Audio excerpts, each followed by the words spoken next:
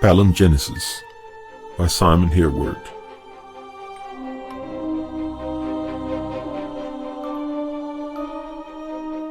Book 1. Progeny of Hate.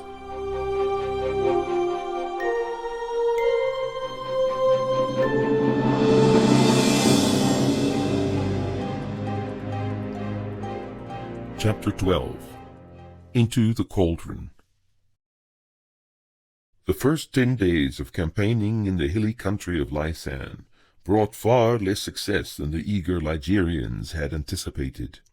Even with the aid of the contingent from Nuria, led by the Crown Prince, the main body of the invading force was pinned down in the forested lands north of Brek, the Lysan capital. The defenders fought ferociously in relatively small skirmishes, refraining from engaging the powerful army they had little hope to overcome. They used the forest to their advantage, outflanking the Ligurian columns, attacking isolated units and supply wagons from all sides when they sufficiently outnumbered them. The invader warlords were forced to detach ever larger groups to act as rangers and scouts, or to protect the flanks and rear from ambush. It was clear after only 5 days that the quick victory over their neighbor that they had expected was not to materialize. The resultant gloom settled over the soldiers from Ligurium and Nuria alike. On the 6th day, the column halted in the southern reaches of the woodland. Despite opposition from the more experienced commanders, several hunter parties were sent out to entrap the troublesome enemy raiders. On the last day of Suntide, day 10 of the invasion, they were still awaiting the return of most of these rangers. They were also awaiting the overdue supply train they had outstripped during the 2nd day, and that should have caught up with them long before, considering the snail's pace at which they had been advancing, and the 4-day halt. Yet another detachment was sent to the rear to locate the missing supplies, whittling away the main force to about half its original strength of a little under 2,000. As their stay in camp lengthened and the ranger parties failed to turn up, it dawned on the Ligurian commander that he would be hard-pressed to take Brek with a mere 1,000 soldiers. A bloodied ranger crawling into the encampment by night did nothing to reassure him either. Apparently, they were up against much more than the 500 or so warriors Lysan could field to oppose them. He reported spotting several swamp dwellers and even swarthy men from the Fez among their assailants. His own hunting party had been wiped out to a man. It was clear that the way back to Estium was blocked off, that the enemy had encircled them by now. Instead of investing Brek, they were themselves beleaguered. Prince Lucane offered to fight his way through to Ligurium with his Nurians and bring reinforcements, but the commander was sufficiently cowed by now to want the Nurians to remain with him. He dispatched 200 men to break the encirclement to the east, where an attack would be least expected, before they turned northwards for home. Then he instructed the rest of his soldiers to reinforce the hastily erected palisades in anticipation of an assault. The hall of Imran in the temple palace was a striking depiction of the Ligurian way of life. It had been erected a good 100 cycles after the War of Annihilation that had laid waste to so many towns, by a generation that did not or would not remember the privations and horror of the struggle for survival. It was a celebration of joy and airy light, with thousands of individual colored glass panes in its high dome and walls, tracing the path of the angry god, bent on his consuming revenge through all 12 seasons. Outside and within, these facets held the first and last light of each day in gilt magnificence. The floor was an elaborate mosaic of coin-sized tiles, an intricate formula of sky blue and white marble that suggested shapes and images to the daydreaming mind. The raised dais faced westwards, placing behind it the rising of the sun, a dramatic if not essential testimony during the early hours of the high Suntide festival. With the arrival of Imran's orb at dawn, An elaborately colored central panel displayed the moment of his final triumph over Lauren, the despondent Pelia looking on forlornly. The golden brightness of the sun behind the panel lit up the emerald and azure, the bloody scarlet and flaming yellow, freezing the gods in an instant of ultimate release. There was the god of battles, his eyes blazing, his mane wildly spread to the invisible wind. Impaled on his blade, with mighty arms spread wide, struggled the greenish-black armored shell of the dark god, his eyes mere slits of red, his body oddly ending in the pointed tail of a dragon-like beast. There stood the erstwhile wife and faithless lover, her face a careful mixture of regret and sorrow. Inside her already growing the twin fruits of loyalty and betrayal. It was not meant as a depiction of hope or vengeance, but rather the inevitable result of the type of crime that had been committed. In the climate of lasciviousness reigning throughout the Ligerian realm, it was often a useful tool for the jealous husband to curb the excesses of a beautiful but disloyal wife, while denying himself nothing. The priest would raise his arms when the ascending sun illumined the scene, and speak the words of Lauren's doom in low tones, followed by those of Pelia's exile, and finally Imran's revenge. That would be considered sufficient for another cycle's blessing from the god who cast the orb, for it proved that Ligurium remembered his quest and longed for its successful consummation. Haldred had difficulty that morning to appreciate the efforts of the small white-robed man who had been appointed this weighty task of intoning. It was the first day of high suntide, 598 cycles after the fall of the summoner, and yet the shadows of his time had somehow found an echo in her thoughts. It was depressing to be trapped in ignorance, to be given over to the opinions and deceptions of others. Sooner or later, one would have to trust someone. This could be postponed or even ignored completely during times of peace and prosperity, but when the clouds were massing, one should make preparations or be caught in the open. Who could she trust then? Vengis, her well-meaning but possibly deluded brother? Teoric, her scheming yet able cousin? No, he would not tell her anything that was not to his advantage for her to know. Furthermore, she suspected that he knew little of affairs outside the court of Ligurium, where his ambition had pinned down all his energy. From childhood he had always been the voice of reason, the somewhat serious boy who could consider and judge almost instantaneously. Now she suspected that he only considered what he wanted to. Was Vengis any better? Was there a real threat looming, or had he constructed the entire matter in his imagination and was now consumed by it? She was left with the uncertainty, the painful doubt. Next to her, Julos stirred uncomfortably. He was suffering from pain of a different nature, having caroused for the greater part of the night and not being used to waking this early. The brightness of the rising sun did nothing to improve his situation, yet she almost envied him this simple ache that would pass soon enough. Her brow was creased at least to the same degree as his, though she saw nothing of the vivid play of rays through colored panels of glass.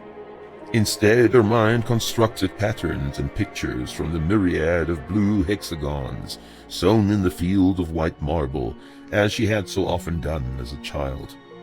Whereas she had only sought the face of her prospective love then, and would gladly cling to any illusion, she now had seen the reality of such silly dreams, and longed for nothing but the truth, in all its seeming stark malevolence. Her soul could not live in a shattered dream any longer. She wished with all her might to be free, free of her ignorance that brought the painful doubt, free of the chains of her downtrodden love for the man next to her, and free also of fear for a horror-filled future. At last the little man dropped his arms and moved into the sad, quiet tones of the exile. She suddenly experienced a new sympathy for the faithless Pelia, who was eternally locked in contempt, whose name was a byword, and wondered not for the first time if there could be such a one, whose punishment would never end, who had no opportunity to regain what she had lost in her moment of weakness.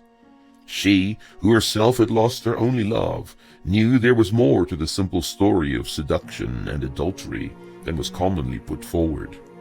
Was it more than myth after all? The situation itself was all too familiar. A wife neglected by a husband, pursuing his passion elsewhere, though not being unfaithful. She but filled a small part of his existence. Had he loved her after all? Was love real that was not complete? Then the inevitable, an opportunistic intruder taking advantage of her vulnerability, and women are cursed always to bear the consequences. She wondered what her own trespass had been, since she could still find no reason for Julo's sudden shift in affection, and her subsequent quick abandonment. Men were easily as unpredictable and fickle as women. At least the myth offered some consolation in the doom of the dark god. She could not even hope for any form of retribution, but would have to live out her undeserved sentence in a loveless marriage. Still, she had loved him in a way, though the marriage had partly been arranged for the sake of politics, and had believed that she and her husband would be the exception to the rule. How capricious was the emotion! Perhaps her feelings then had not been the deep certainty that she had dreamed of as a girl, but it had been real enough, or his desertion would not have affected her as it had. The intoning voice rose once more to depict the terrible anger and revenge of the embittered deity. Here was a hollow victory indeed, thought Haldred. What would he gain when he had destroyed the intruder? Did not his wife remain banished? Would he keep at an everlasting distance that half of her progeny that also belonged to him? Would his never-ending days not be empty, or filled with lonely regret? Here was the consideration, to be sure. Likewise, Julos had squandered his tenderness and affection on the worthless trollops of court, who merely because they had been born in noble houses were not shunned outright. Were she in a position to pass judgment on him, would she destroy him? Would she render her child fatherless, even as the children of these deities were deprived of parents? Part of her guiltily agreed to such an arrangement, while searching frantically for a replacement worthy of her son and herself. But these thoughts only brought a wry little smile to her lips. She did not possess the ability to scheme and plan her husband's demise, have him removed and replaced by one of her choice, and then live in blissful ignorance of the horror she had committed. That was mainly why she could not breathe freely at court, where such actions were secretly admired. Finally, the priest filled the hall with a dramatic conclusion that pronounced the release of his captive audience. Haldred inwardly echoed the sigh of relief escaping her husband. Having observed the morning ritual, she was free to retire until the feast that evening. An image of the many private gardens in the royal palace leaped to her mind, and carefully she selected one of her favorites, where she knew she would be undisturbed.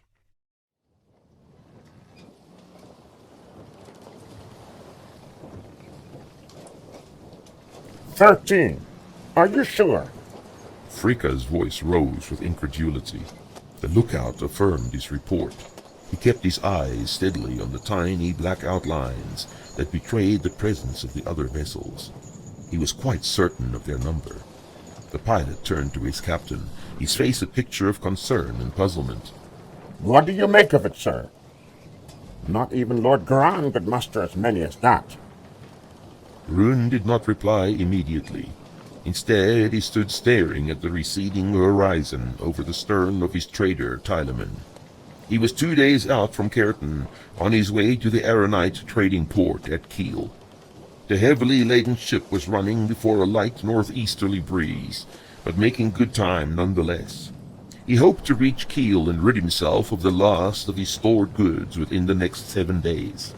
From there he would embark on a season-long voyage to the several small trading posts along the shore of the Southland. A voyage that would end in Munborg, where he would ship fresh produce for the fine Ligurian and Nurian palates. It was the first day of high sun-tide, and if all went well, he would be able to make 2 more similar voyages before the storms of late leaf-fall rendered extended trips too hazardous. Thus he planned to conclude his affairs in the Isles and find a new base of operations somewhere else. He had amassed extensive resources already, but the proceeds from this cycle would strengthen his cause considerably. He had few ties now in Cauldron. After learning of his banishment from Ligurium, Kira had expressed a desire to return to Aruis, and he had let her go. In the end, he was surprised how little it affected him, since he had grown quite used to her. But then, he was absent for seasons at a time, and while at sea, he had hardly missed her company.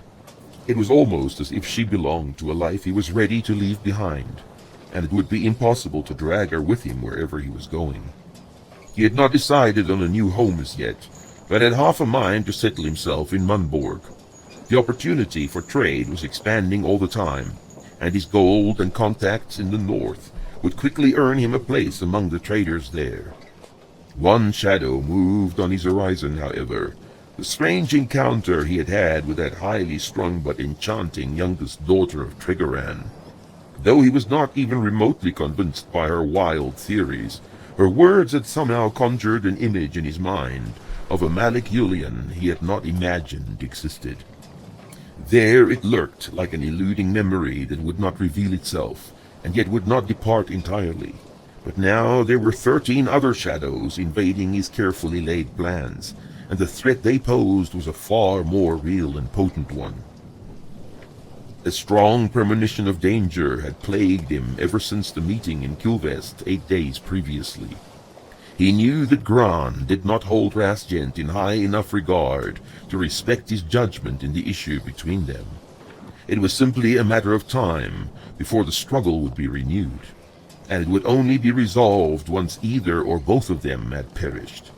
It all depended on how strong Gran believed himself to be, how many allies he could count on when the time for defying Rasgent came.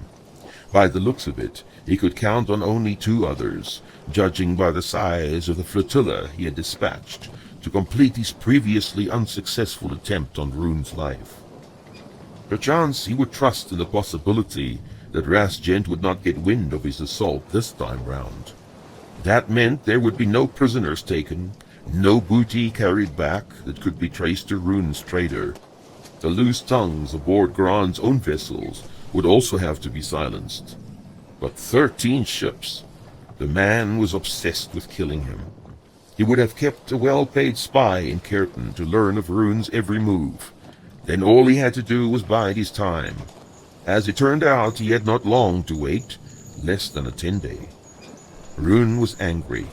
Not that he had been caught in the open once again, but that his every step should be dogged by this louse, whose golden finery could not elevate him out of the slop pit in which he had been born. This persistence reminded him of concerns he would rather not think about, the malicious, pestering vengeance of his erstwhile brother. There could be only one way of ridding himself of this irritation. He would have to kill the man, as soon as possible. No, Fricka.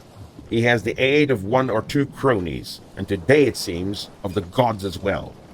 We have not enough wind to outstrip him, and the full cargo is weighing us down. We have every scrap of canvas we can tie on her hoisted already. Yes, I know, but it would not matter if we could outrun him or not. He would merely lie in wait for us on the return leg, or somewhere else, to pounce and rip us to shreds. The son of a dung worm will not rest till he has rid himself of me. Neither does it respect the will of the Sea Raven Lord himself. He has become a small god in his own esteem, one who desperately needs to be toppled from his lofty perch. Fricka seemed nervous as he replied, and glanced at Rune to determine his mood. We are hardly in a position to do any toppling as I see it. It is far more likely that we be toppled. Rune slapped him on the back and laughed loudly. You need not be concerned, Fricka. I do not mean to take on these lackeys of his. No, we will outrun them or beguile them. It is the worm himself that I will topple. The pilot did not join in the laughter. I pray that you get the opportunity, Captain. and that we would all be there to share in the joy. I will not involve you in this any further, nor any of the crew. It seems to me there is little chance of that now that they have spotted us and are closing. Rune turned away to stare at the as yet invisible pursuers. If the breeze does not freshen, my friend, we will change course in the dark and slip away. If that fails, we may still lighten our load and thus increase our speed. Goods and potential profit are worthless to a corpse. The breeze did not freshen, however, and ere the sun had reached its zenith, the crew was instructed to toss selected crates and bales over the side. Even so, the potentially hostile ships steadily gained on them during the afternoon watch, till every deckhand could make out the single masts and dark lines of the slavers' high, proud hulls on the horizon.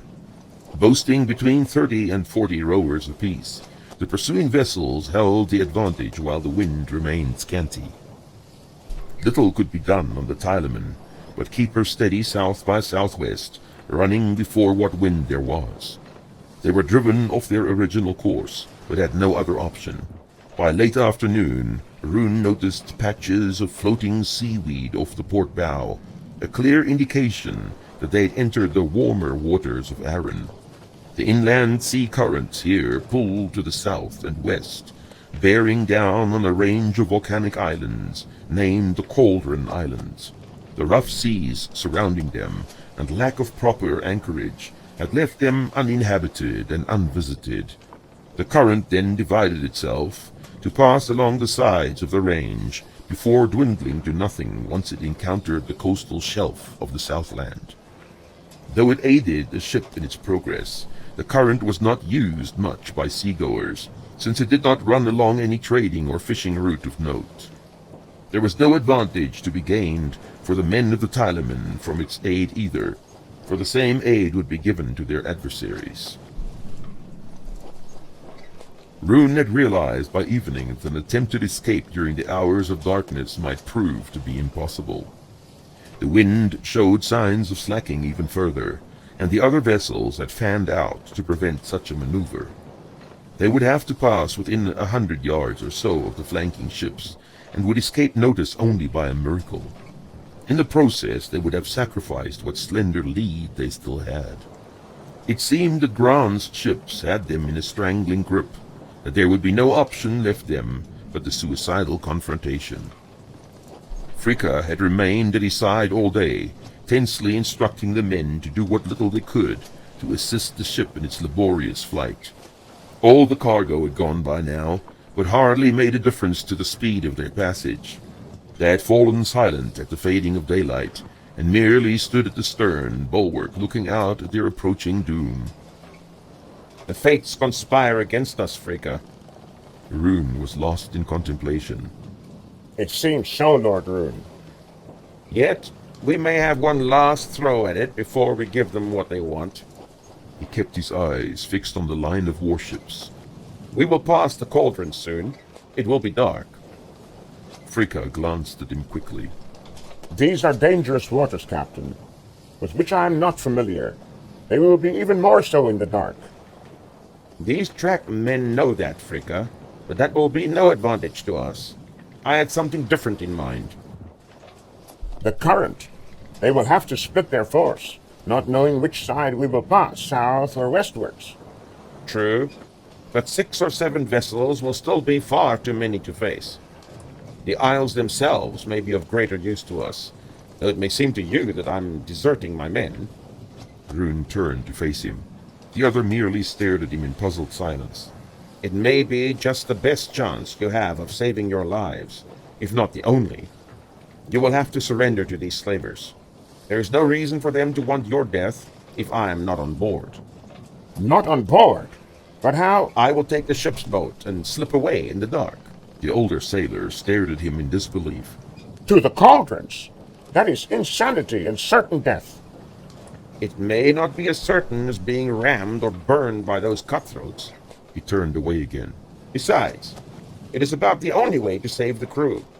They could possibly even let you go, once they realize their prize has eluded them. Would they not keep searching for you? They may, But that is why I shall hole up for a few days on one of these rocks. You will make sure they see you take the southern route. I will make use of the western current to steer me well clear of the chase. Sometime in the morning, I will attempt a landing. 4 days hence, on the 5th day of Whitsuntide, I will set out for Cairton by the most direct route. I tell you this so that you may look for me if they let you go. Of course, if they should decide to sell you off to some eremite noble, I will make haste and fetch you back ere long. A slight smile split the withered face of his pilot. You would do this for the sake of your crew? I always judged you to be a hard man. You see that I have to protect my assets, naturally. How long would it take to train another crew? And where will I find as experienced a pilot as you? Know the worth of your men, Fricka. Never squander an asset. His own face was unsmiling. Underneath the bravado, his confidence was sorely tested. He knew little of the Cauldrons and their reputed inhospitable nature from experience, but he would be damned before he fell into the hands of Lord Goran and his thugs.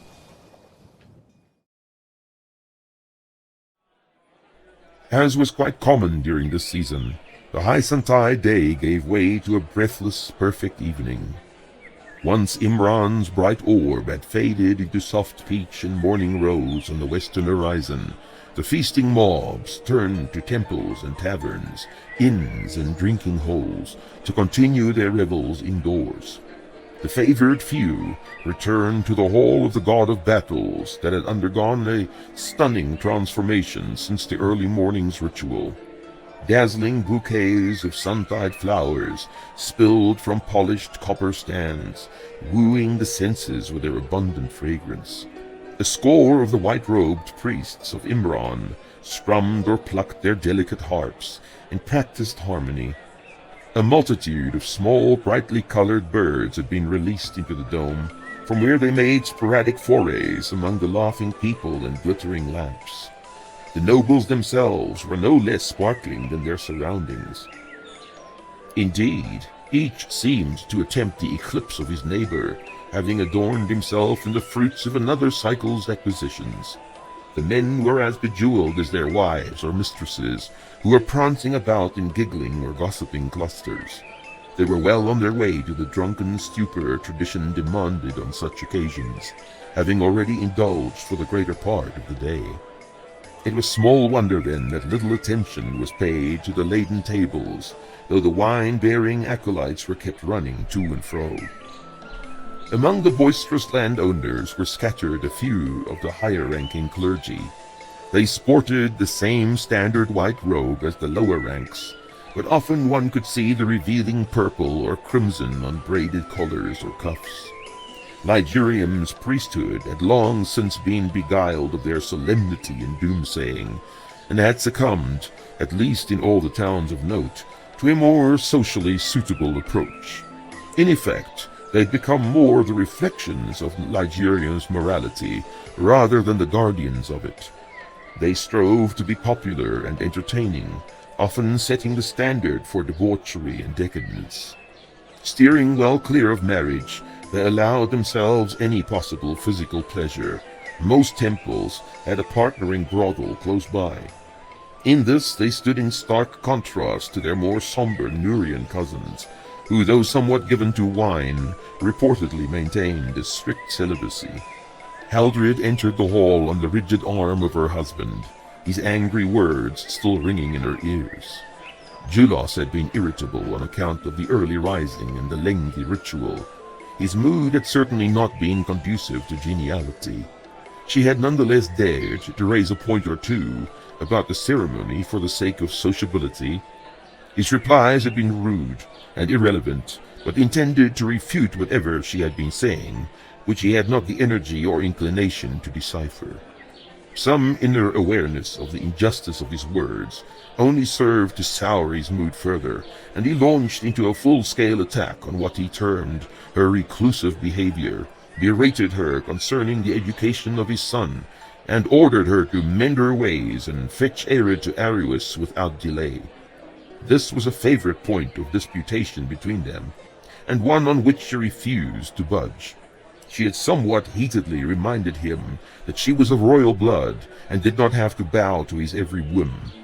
His reply had been the usual tirade about her attitude and pride, her unbearable arrogance that had ruined their relationship and driven him away from her, at the end of which she was red-faced and out of breath. She had known what the effect of her remark would be before she had made it, but had somehow seemed powerless to say anything else and arrest the inexorable progress of their disagreement. In the end, she was always marked as the guilty party, while he had justified his despicable acts of adultery. It was strange, but these arguments no longer upset her as they had in the beginning. Now they merely left her saddened and frustrated, a caged bird well aware of her prison. The proceedings of this festive evening would only enhance her solitude and dejection, but she was strong enough by now to let it pass her by, a meager, wind-blown vapor clouding her sky for the moment. Certainly, Julas would tire of chasing after woman and wine ere long. Then he would leave behind the intrigues of the court and retire to Amorous and his estates there. A nagging consideration stole the comfort she might have found in this argument, though. Would she still want him when that moment came? Her discomfort grew with every step as more and more eyes turned in their direction. She could feel the scorning looks, the thoughts of mingled pity and derision. She was sure that the blood rushing to her cheeks would betray her embarrassment and strip her before this ravenous crowd. Julas was smiling. This was his territory, his hunting ground, where he knew and understood the rules. She felt herself dragging on his arm, aiming for a quiet corner, but he would allow her no such reprieve and bore down relentlessly on the thickest press of bodies. To her immense relief, a familiar shape barred their march, and after a few casual witty words, snatched her away from wherever her angry husband had intended. As Teoric steered her through the banks of fragrance, she wondered whether she had indeed been rescued, or perhaps her husband. A horrible suspicion took hold of her. Her scheming cousin was forever gaining allies and friends through playing to their weaknesses and desires. Had her husband joined his crowd of willing servants? Was occupying her part of the price for his loyalty? She laughed out loud at the absurdity of her thoughts, causing Teoric to glance at her in surprise. I had the impression that you were not disposed to mirth as you entered with Julas. May I assume that my presence has cured your melancholy? Of course you may, cousin. But you of all people should be aware of the dangers of assumption. He laughed in turn and snatched the white rose from the bouquet behind her. Allow me. She permitted him to pin the flower in her dark hair. Her robe was simple enough, lacking the overly ornamented aspect then in vogue. Its simple whiteness brought her a youthful and certain grace, the single string of pearls drawing little attention away from the outline of her face, framed in a shower of dark ringlets. He drew back to regard the result of his effort. You are beautiful, Haldred. Flatterer. What? Am I on your list also? I mean it, cousin. I am certainly an advocate of simplicity in dress, and you would be my closing argument. You practice not your own doctrine then, Teoric. She indicated his beribboned and glittering attire. Politics, my dear Haldred, does not allow one the luxury of publicly indulging one's beliefs. A very convenient custom, I must say. Convenient, maybe, but not very comfortable. He mockingly stooped under the supposed weight of his finery. And sometimes more than a little embarrassing. He heaved an exaggerated sigh. But one must be willing to play by the rules in this little world if one intends to win. And that is what you intend, of course. He smiled knowingly. Why bother playing if winning is not your goal? She turned away, unsure of his meaning and unwilling to probe it. Any news of the host? He deliberately tilted his head and looked at her askance. Your choice of topic is in stark contrast to your gentle nature, as always. Merely being polite, cousin. I'm creating an opportunity for you to dazzle me with your superior knowledge and information gleaned from secret sources. His mocking tone matched hers.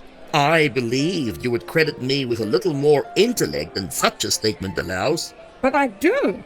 That is why I will not allow you to change the subject. He feigned innocent surprise. Why would I? I am as much in the dark as the king's other counselors. We have had little news from the runners since they crossed Vindar's line 11 days ago. You do not find that disturbing? Not especially. They may have encountered more resistance than we have anticipated. But Lysan can hardly resist such a force for long. She could sense the eagerness in his words, his hunger for achievement and greatness. She would never see but the tiniest portion of his intent. You seem sure enough of the outcome. Vinkis had his doubts. He snorted contemptibly at the name. A dreamer lost in his own fears and fabrications. His only use is on the battlefield. His eyes narrowed. A gambler makes a poor commander, Haldred. One ventures nothing unless one is sure of the outcome. As for Vengis, he is a victim of his own fears. Haldred could almost feel the effect of the challenge these words made to her recently acquired suspicions. She saw her brother's eyes again when he had told her of his beliefs and prophesied their inescapable doom. She tried to recapture the feelings these words had stirred up in her. Then her doubts returned, tenacious and amplified, showing her up as a gullible and over-imaginative girl. As Turik spoke, she sensed the power his knowledge had conveyed to him. He was in control. She envied him his certainty, when all she had was a wide-eyed, unreasonable dread of what might befall her and her son. As the night wore on, Turik took his leave of her and went off in pursuit of several influential courtiers. She steered well clear of the boisterous group, where she knew Julas would already be well on his way to a drunken daze. From time to time she caught glimpses of him, where he seemingly imitated the priest's efforts at intonation they had witnessed that morning. Only his gestures were grotesque and rude, while she shuddered to guess at the meanings he was substituting. It was clear enough that the group surrounding him were enjoying themselves thoroughly. She was somewhat shocked to see several junior priests and acolytes among them, occasionally screaming with laughter like the rest. At the same time, she was relieved to note that the higher clergy had for the most part retired or incapacitated themselves. Still, she found it hard to believe that the priesthood could smile on a vulgar caricature of their holy ritual in the very place they had performed it that day, attitude that certainly deteriorated in her absence. She wandered from one flowery fountain to the next, busying herself with the natural beauty before her. She lost herself in the incense of their combined aromas, allowing her imagination to invoke the meadows and greenery of Estium and the wild splendor of the eastern woodlands.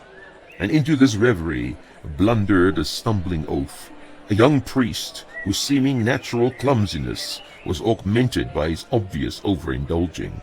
She caught the strong smell of spiced wine, spilling from the cup he ineffectually tried to hold on to. In a dream, she saw the slow spilling liquid, the spreading stain on her pearl-white gown, the shock on his face.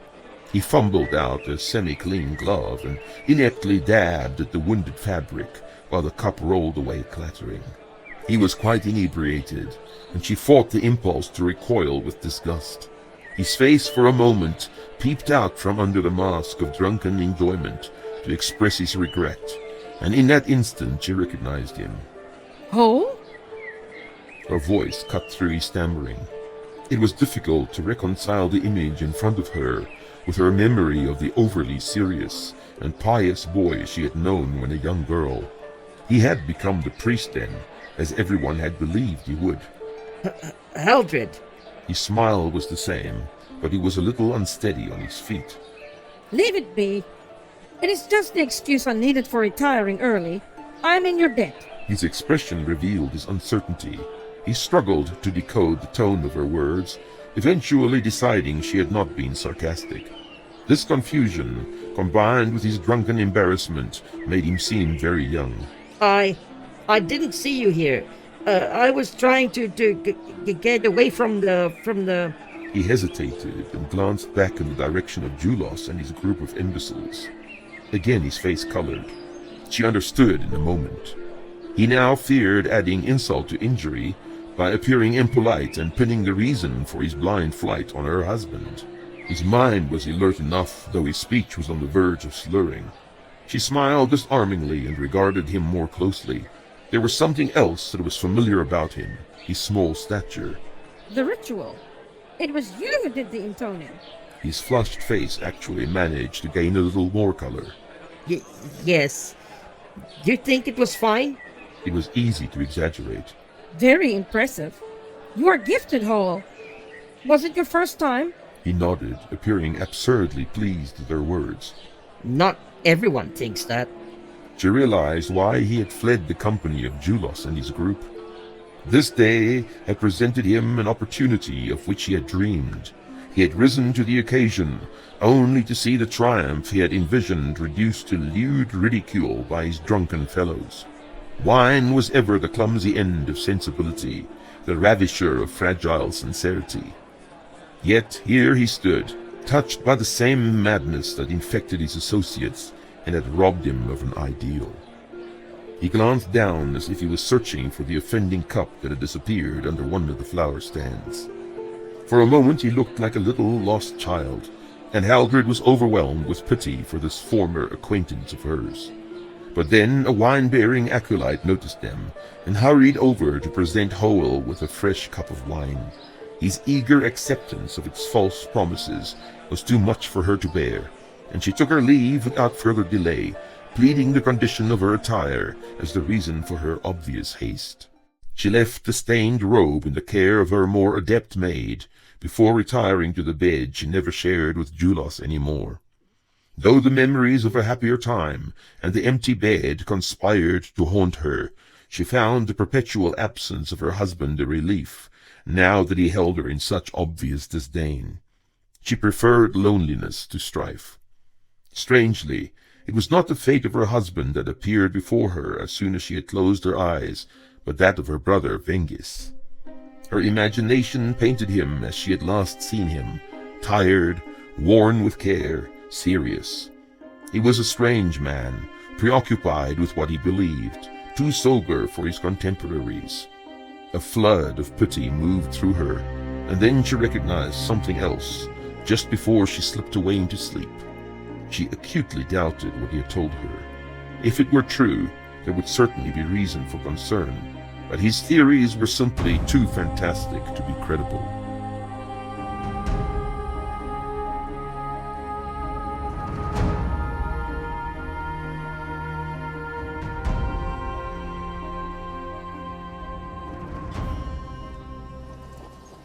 The Tyleman carried no light on her bow or stern that night, though these measures would hardly aid them in their flight. They had arrived at the parting of the current just after nightfall, but their pursuers were close enough not to lose them in the dark. Lauren's watchful eyes played this way and that over the water, from their vantage point above the eastern horizon, and combined their light with that of the stars, setting off the silhouette of the quarry for the hunters. The wind had not abated any further, serving only to prolong the chase, yet not allowing them any escape. As soon as the trader changed course to the south, the boat that had secretly been prepared for Rune was lowered over the starboard side. Rune followed, having made Fricka repeat to him the finer points of his plan, and curtly turned down Johin's insistent offer to accompany him. He was convinced that the added responsibility of a companion would only hamper his efforts for survival among these unknown and undoubtedly inhospitable isles. As he descended into the shadow cast by the ship, he could make out the boat only as a denser shade of blackness in the dark water beneath him. He experienced the strange sensation of being swallowed by the ocean's gaping maw, which was only dispelled once his searching feet touched the solid shifting planks of the boat. He released the ropes without a word, dimly aware of the staring faces at the bulwark. He glanced up long enough to motion them angrily away from the side, but realized that they could hardly make him out. Then he settled down to pull himself away from the ship in a westerly direction. Ere long he would be able to ship the oars and float with a westerly current to wherever it would take him. He set his back towards the west, keeping the dragon's bright eye on his left hand. The mast had not been fitted, since it could not be of any use till he was out of sight of the trailing ships. He felt its rounding under his feet as he strained at the oars. Despite his efforts, The hulk of his ship receded but slowly, too slowly for his liking. He had to be caught in the southerly current himself. This suspicion caused him to adjust his course a little to the south of west, so that the current would aid him while he worked across its face to escape its entanglement. He redoubled his efforts at the same time, pulling for all his worth. Soon enough he could see that his strategy was paying off, for his speed increased significantly. An hour or two later, the rushing of breakers over a rocky shore came to his ears. Somewhere to the south, angry waves were pounding some outcrop with mighty blows. He could now sense an eagerness in the water, a rippling of anticipation. Rowing was almost impossible, and he was tempted to ship the oars and merely float with the current. He was not moving true west, though, but rather in a southwesterly direction. Moreover, the sound was growing louder by the moment, as if he was being swept towards a great cataract.